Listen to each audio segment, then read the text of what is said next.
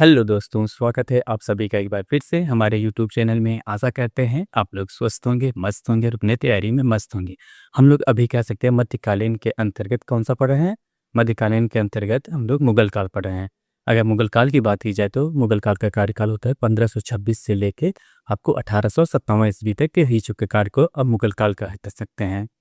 अब इसी मुगल काल को हम लोग दो भागों में बांटे थे। एक तरफ शक्तिशाली मुगल बादशाह होते हैं और दूसरी तरफ उत्तरकालीन मुगल बादशाह। शक्तिशाली मुगल बादशाह के अंतर्गत हम अध्ययन कर रहे थे कि जो बादशाह कह सकते हैं मुगल काल को या कह सकते हैं मुगल साम्राज्य को अपने चरमोत्कर्ष पे ले जाने में अपना योगदान देते हैं, वे होते हैं। और उत्तरकालीन मुगल बादशाह के बारे में वे मुगल बादशाह होते हैं जिन्होंने कह सकते हैं कि वे अयोग्य शासक होने के साथ साथ उन्होंने मुगल काल के अंत या कह सकते हैं पतन की तरफ ले जाने में काफ़ी सहयोग करते हैं। इसी वजह से इनको हम दो भागों में डिवाइड करते हैं और उसके साथ साथ इनको दो भागों में विभाजित किया जाता है। एक तो विभाजित करने का एक कारण ये होता है कि आपको ताकि जो आपका सिलेबस है या आपका पाठ्यक्रम है उसमें आपको आसानी से समझ हो सके या समझ विकसित हो सके। उसी के साथ साथ ये भी पता चले कि हाँ, ये इस समय मुगल काल इतने समय अपने चरमोत्कर्ष पे था और इसके बाद से वो मुगल काल का पतन होना धीरे धीरे प्रारंभ हो गया। इसी वजह से इसको हम लोग दो भागों में बांटे हैं या कह सकते हैं दो भागों में विभाजन करके पढ़ाया जाता है।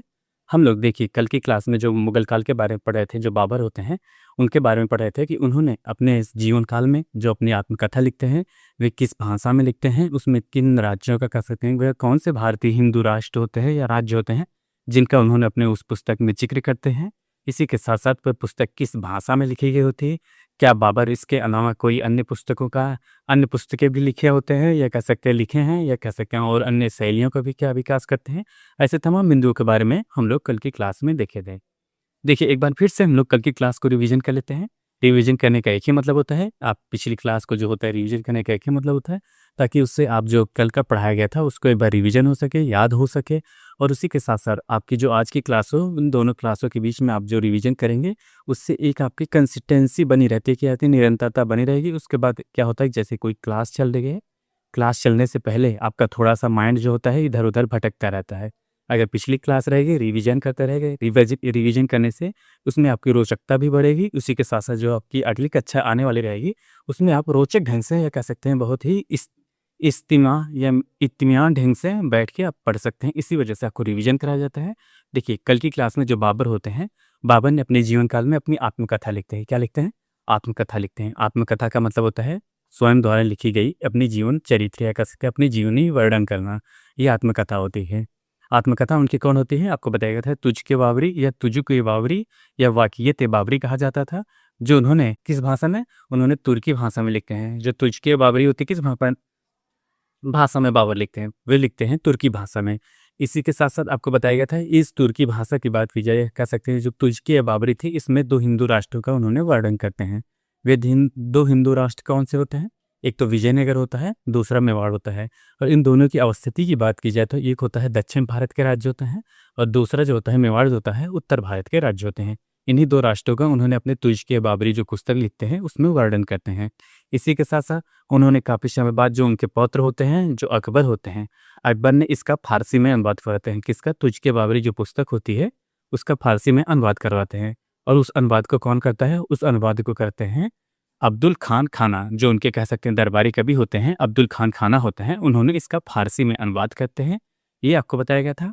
उसी के साथ-साथ हम उन्होंने एक नई शैली में एक कह सकते हैं एक नई शैली का जन्म देते हैं, कह सकते हैं नई शैली का विकास करते हैं। उस विकास में उन्होंने एक कह सकते हैं मुस्लिम धर्म से या कह सकते हैं इस्लाम धर्म से संबंधित एक पुस्तक लिखते हैं जिसे क्या कहा जाता है? मुइबियान। कौन सी? वह पुस्तक कौन सी? वह मुइबियान की पुस्तक थी। कौन सी? मुइबियान, इसको याद रखिएगा। उसके बाद उन्होंने अगला आपका बिंदु बताया, जो बाबर होते हैं, बाबर ने कई रचनाएँ कह सकते हैं अपने जीवन काल में कई रचनाएँ करते हैं या रचनाएँ करते हैं। रचनाएँ करने का मतलब जब कोई शासक कह सकते हैं शिक्षित होगा, शिक्षित होने के साथ-साथ उन्होंने उनके लेखन शैली या कह सकते हैं अभिरुचि शैली रहेगी। इसी वजह से उन्होंने अपने जीवन काल में एक से अधिक कई रचनाएँ करते हैं और इन सभी रचनाओं को एक जगह संकलित करने के लिए उन्होंने संकलित किया गया और उस संकलन को क्या कहा गया है? दीवान कहा गया है। क्या कहा गया? दीवान। और ये जो दीवान पुस्तक होती है, क्या कह सकते हैं, जो तुर्की भाषा होती है, उसमें अपना का अच्छा खासा या प्रतिष्ठित रूप या कह सकते हैं प्रतिष्ठित स्थान रखता है। ये आपकी जो दीवान होती है। अगर आपसे पूछा जाए दीवान क्या है, तो जो बाबर द्वारा लिखी गई पद्य रचनाएँ, कौन सी? पद्य रचनाएँ। पद्य रचनाओं का संकलन ही ये आपको कहलाती है। आपको ये बताया गया था, ये बिंदु बताए गए दिए थे। इसी के साथ-साथ अगला बिंदु देखते हैं क्या बताया, ये आपको कल की क्लास में बता दिए गए। इतना आपको जितना भी आपको बताया गया है या रिवीजन कराया गया, ये आपको कल की क्लास में थी। आज की क्लास में हम लोग देखेंगे क्या बाबर ने इसके अतिरिक्त कोई अन्य रचनाएँ करते हैं या नहीं करते हैं। देखिए, अगर रचना की बात की जाए तो बाबर ने इसके अलावा कई अन्य रचनाएँ करते हैं।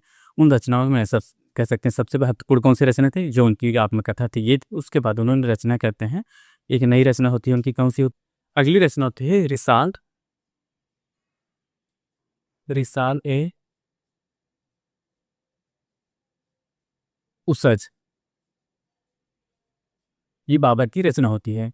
अब बात कीजिए अगर रियाल ए उसज की रचना कही है उन्होंने, आखिर इसमें किन चीज़ों का वर्णन होता है, इन सब के बारे में जान लेते हैं। देखिए, इसमें वर्णन किया गया है उन्होंने, ये कह सकते हैं इसका जब तात्पर्य होता है, इसका और इसको कह सकते हैं खत ए बाबरी। क्या कहा जाता है? खत ए बाबरी, इस नाम से भी जाना जाता है। ये किसकी कृत होती है? लिख दिया जा रहा है, कृति जो होती है या रचना जो होती है, ये बाबर करते हैं इसकी। कौन? बाबर।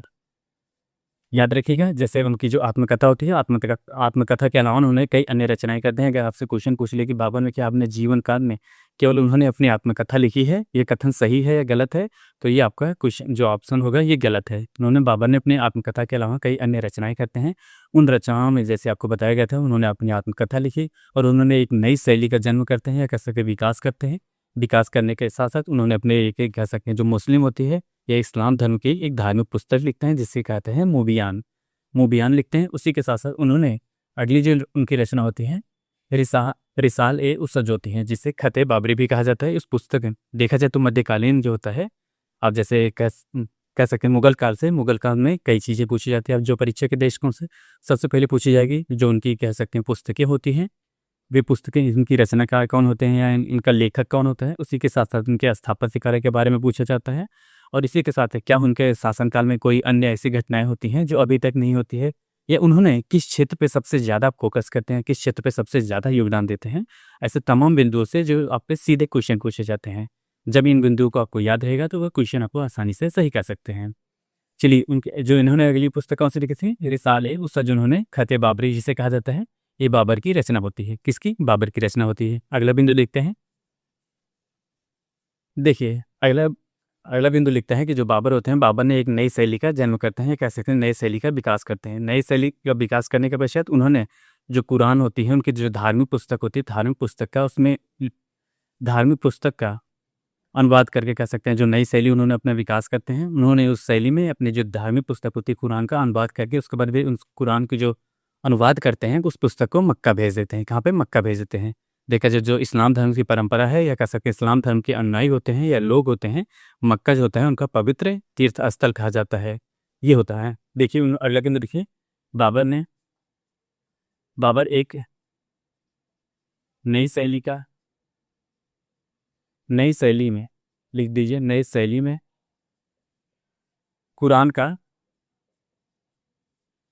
कुरान का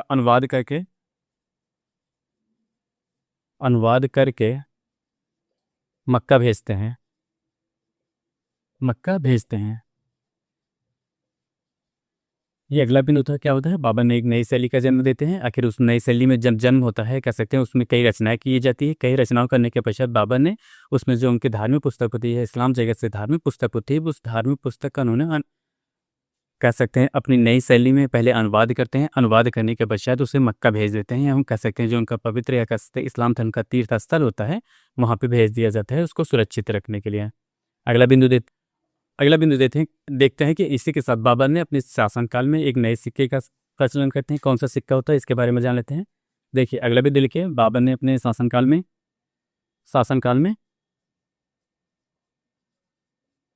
शाहरुख नामक सिक्का चालू करते हैं। कौन-सा? ये याद रखिएगा, शाहरुख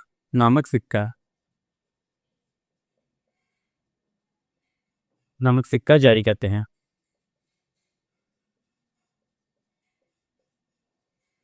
ये देखा जाए तो जो आपसे ये शाहरुख होता है, शाहरुख से कई बार क्वेश्चन पूछे जा चुके हैं कि शाहरुख नामक सिक्का कौन-सा मुगल शासनकाल प्रारंभ करते हैं। इसका सही ऑप्शन कौन होगा? बाबर ने अपने शासनकाल में शाहरुख नामक सिक्के का प्रचलन करते हैं। ये बिंदु याद रखिएगा, काफ़ी महत्वपूर्ण है। इससे एक बार नहीं कई बार क्वेश्चन पूछे जा चुके हैं। शाहरुख क्या होता है? कह सकते हैं शाहरुख सिक्का जो होता है किनके शासनकाल में चलाया गया था? तो वो होता है बाबर के शासनकाल में चलाया गया था।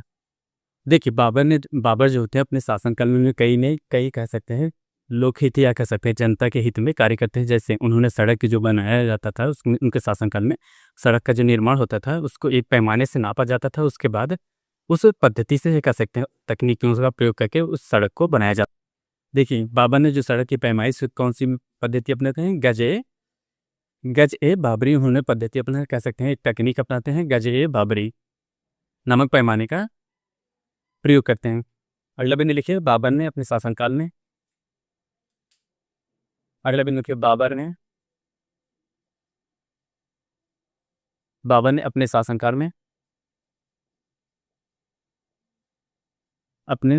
में सड़क के पैमाइश के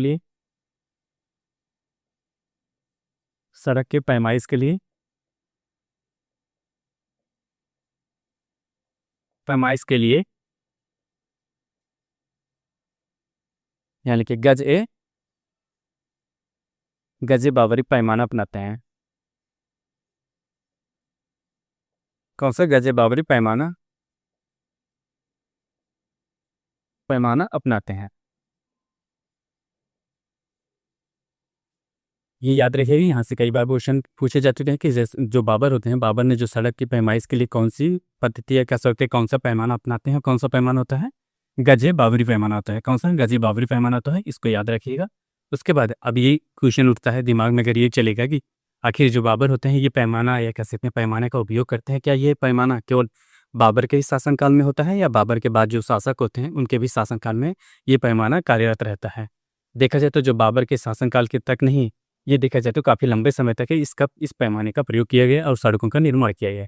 लेकिन ये पैमाना शाहजहाँ के शासनकाल तक चलता रहा। उसके बाद जब शाहजहाँ की मृत्यु हो जाती है, शाहजहाँ की मृत्यु के पश्चात ये पैमाने का परिवर्तन रूप दूसरा रूप हो जाता है। जब ये पैमाना हम लोग जब शाहजहाँ के बाद का शासनकाल पढ़ेंगे तो उसके बाद देखेंगे आखिर उन्होंने सड़क पैमाइश के लिए कौन सी नई तकनीक या कह सकें कौन सा नया पैमाना जारी करते हैं, उनके बारे में उस समय देखेंगे। लेकिन अभी फिलहाल जान लेते हैं कि ये कब तक चलता है? शाहजहाँ के शासनकाल तक।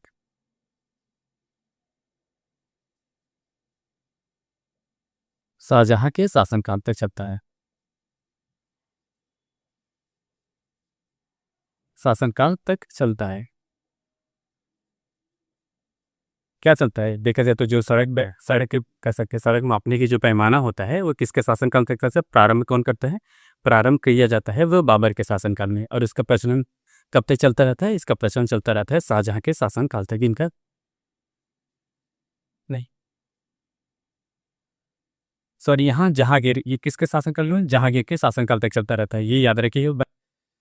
किसके? जहांगीर के शासनकाल तक चलता रहता है। सॉरी, एक बार आप सुधार कर लीजिएगा, जो शाहजहाँ लिखे हैं वहाँ पे जहांगीर लिखिए। जो पैमाना होता है जहांगीर के शासनकाल तक चलता रहता है। किसके? जहांगीर के शासनकाल तक ये पैमाना चलता रहता है। शाहजहाँ जो लिखे हैं वहाँ पे शाहजहाँ को काट के आप लोग जहांगीर लिखिए। किनके शासनकाल तक यह चलता रहता है ये पैमाना जो होता है? गजे बाबरी की बात की जाए तो ये चलता रहता है जहांगीर के शासनकाल तक चलता रहता है। अगला बिंदु लिखिए, बाबर। देखा जाए तो कह सकते हैं कि जो बाबर होते हैं उन्होंने प्रकृति प्रेमी होते हैं। प्रकृति प्रेमी का मतलब उन्होंने जो बागवान कह सकते हैं या कह सकते हैं जो अपने बगीचों या कह सकते हैं उद्यानों का निर्माण कराते हैं, एक उसमें नई तकनीकी विधि का प्रयोग किया जाता है। उस तकनीकी विधि कौन सी होती है? ज्यामिति तकनीकी विधि होती है। उन्होंने कह सकते हैं बाबर ने कहाँ अगले बिंदु लिखिए, बाबर ने आगरा में, कहाँ पे? आगरा में ज्यामिति विधि से, किस विधि से? ज्यामिति विधि से, इस विधि से ज्यामिति विधि से नूर अफगान नामक बगीचे का, इस विधि से ज्यामिति विधि से नूर अफगान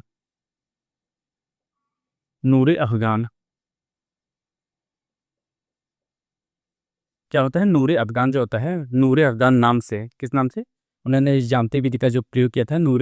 नूर अफगान नामक नूर अफगान नामक बाग लगाए थे। बाग लगवाते हैं। क्या होता है? बाग लगवाते हैं। किस विधि से बात की जाए अगर देखा जाए तो बाबर ने जो होता है कि कह सकते हैं सौंदर्यता के लिए उन्होंने बाबर ने एक नई तकनीक अपनाते हैं। वह तकनीक कौन होती है? जैसे कोई भी अगर बागीचा या कह सकते हैं उद्यान का निर्माण किया जा रहा है, अगर उसमें एक हायरार्की रहेगी या कह सकते हैं तारतम्य रहेगा, तो वह बगीचा या कह सकते हैं वह उद्यान देखने में काफ़ी खूबसूरत होगा। इसी वजह से जो बाबर होते हैं, उन्होंने अपने शासनकाल में ये तकनीक अपनाते हैं, जो कह सकते हैं कहाँ पे इस बागान का कह सकते हैं, आगरा के पास एक होता है नूर अफ़गान नामक बगीचे का कह सकते हैं उन्होंने यह बगीचा लगवाया जाता है, जो ज्यामिति विधि से लगवाया जाता है। आगे चल के जो यही नूर अफ़गान नामक जो बगीचा होता है, इसका नाम परिवर्तन किया जाता है। परिवर्तन करने के बाद क्या रखा जाता है? आराम बाग रखा जाता है। क्या किया जाता है? अगला बिंदु लिखिए। नूर अफ़गान नामक जो बाग होता है, कह सकते हैं उद्यान होता है, इसका नाम परिवर्तन करके आराम बाग हो गया। क्या हो गया? आराम बाग। आराम बाग रखा गया। आराम बाग हो गया। क्या हो गया? जो पहले नूर अफ़गान नामक बाग होता था, जो बाबर ने ज्यामिति पद्धति से इसका निर्माण कराते हैं, कह सकते हैं लगवाया जाता है, वो बाद में कह सकते हैं आगे चल के उसका नाम परिवर्तन करके आराम बाग रख दिया गया। जैसे देखा जाए तो वर्तमान में जो कह सकते हैं जो सरकार कार्यरत है, वो केवल देखा जाए तो अधिकांशतः जो राज्य हैं या कह सकते हैं कुछ क्षेत्र होते हैं, उनका नाम परिवर्तन करने में लगी है। विकास के नाम पे देखा जाए तो उतना विकास नहीं हो रहा है, जितना एक कह सकते हैं जिस तरह से हमारी इकॉनमी है या कह सकते हैं जिस तरह के यहाँ की पॉपुलेशन है, देखा जाए तो विश्व में सबसे ज़्यादा अगर जनसंख्या की बात की जाए तो यहाँ पे भारत में ही निवास करते हैं। और अगर कार्यक्षमता की बात की जाए तो इनकी कार्यक्षमता और कुशलता के मामले में देखा जाए तो इनमें ज़ीरो कह सकते हैं थोड़ा भी एक जिस हिसाब से इनकी जनसंख्या है, उस हिसाब से इनका कह सकते हैं ग्रोथ रेट देखा जाए तो वह काफ़ी कम होता है। वहीं अगर बात की जाए चाइना की, तो देखा जाए तो वहाँ पॉपुलेशन होने के साथ-साथ उनकी जो ग्रोथ रेट होती है, वो भारत से कई गुना होती है। इसी वजह से ये परिवर्तन करना बंद करके हम लोग जो होता है कि कह सकते हैं कि जो उनकी कुशलता होती है, कह सकते हैं उनमें जो क्षमता होती है, उनको आगे रखा जाए। बाबर क्या करते हैं? उस समय में देखा जाए तो जो बाबर होते हैं नूर अफ़गान बाग लगाते हैं। बाग लगाने के पश्चात वो अंत में उनका नाम परिवर्तन करके आराम बाग रख दिया जाता है। अगला बिंदु देखते हैं। अगला बिंदु लिखते हैं।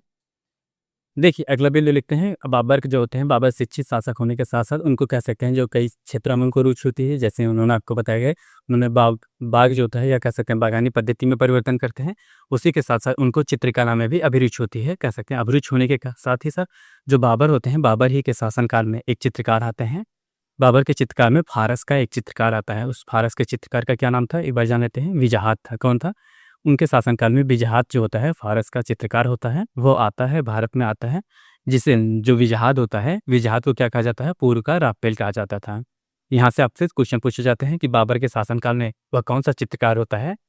वह कौन-सा चित्रकार होता है जिसको पूर्व का राफ़ेल कहा जाता था? यह कह सकते हैं आपसे क्वेश्चन पूछा जाता है कि चित्रकार की दुनिया में किसे पूर्व का राफ़ेल कहा जाता है? ऐसे तमाम तरीके से आपसे क्वेश्चन पूछे जाते हैं। अगला बिंदु लिखिएगा। बाबर के शासनकाल में क्या होता है? बाबर के शासनकाल में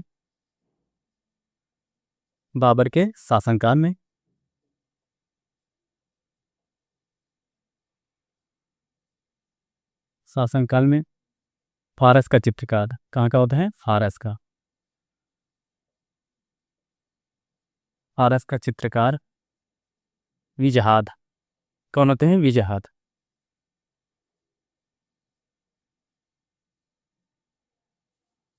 विजाहत जो होता है भारत आते हैं।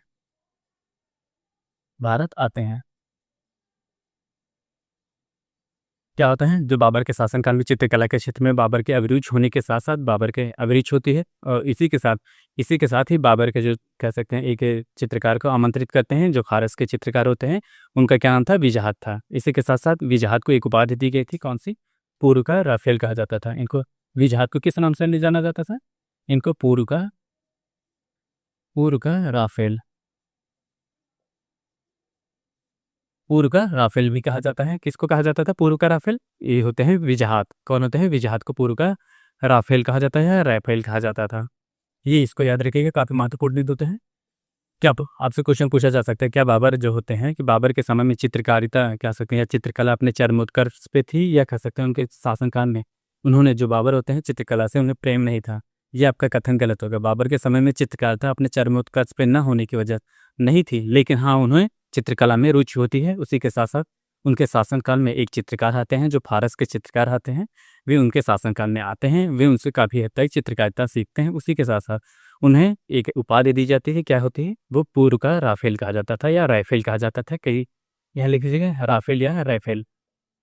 राइफ़ेल। रेफल और ये उपाधियाँ दी जाती हैं। उसके बाद हम लोग देखते हैं, इसके बाद अगला बिंदु देखते हैं। और अगला बिंदु क्या होता है कि जैसे काफ़ी हो गया, बाबर से संबंधित कह सकते हैं लगभग जितने भी महत्वपूर्ण बिंदु थे आपके परीक्षा के दृष्टिकोण से, जितने भी बिंदु थे वो आपको लिखा दिए गए। अब हम लोग जान लेते हैं कि उनके स्थापत्य कला में जो उनके कह सकते हैं जो बाबर के सेनापति होते हैं, बाबर के सेनापति मीर बकी जो होते या मीर बाकी जो होते हैं, उन्होंने एक ऐसे स्थापत्य कला का निर्माण करा है जो भारत के दुनिया में कह सकते हैं भारत जगत में ये काफ़ी विवादास्पद स्थापत्य कला का उन्होंने निर्माण करते हैं। स्थापत्य कला के निर्माण में कोई भी दिक्कत ना थी, जबकि जिस स्थान पे उसका निर्माण कराया गया वो काफ़ी विवादास्पद था। देखिए उनके जो सेनापति कौन होते हैं, अगर बात की जाए तो मीर बकी, कहीं पे मीर बकी लिखा रहता है, कहीं पे मीर बाकी। ये कौन होते हैं, बाबर के सेनापति।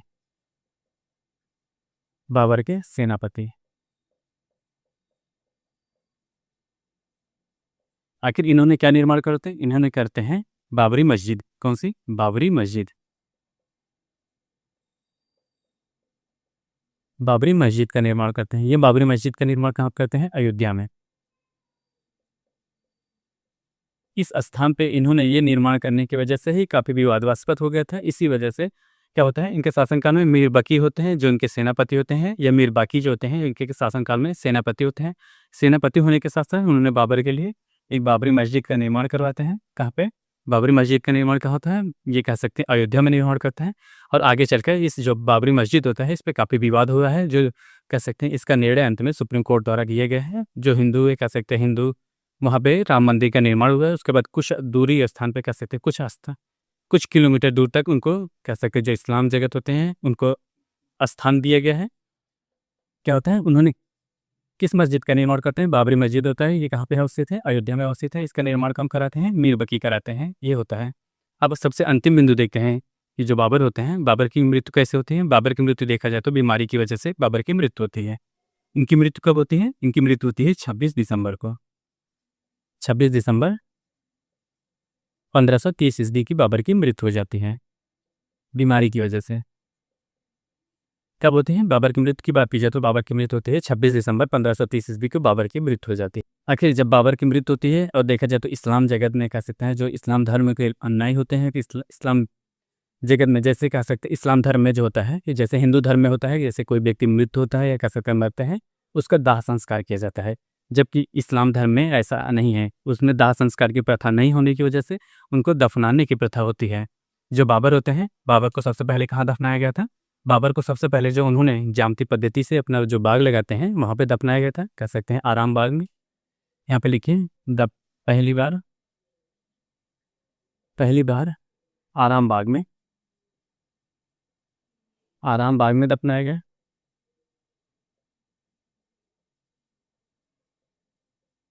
गया। लेकिन बाद में कह सकते हैं जो आराम बाग के अलावा उसके बाद उनका जो एक पसंद कह सकते हैं मन पसंदीदा स्थान होता था काबुल होता था। काबुल में उनको अस्थियों को कह सकते हैं दफनाया गया। फिर दोबारा काबुल में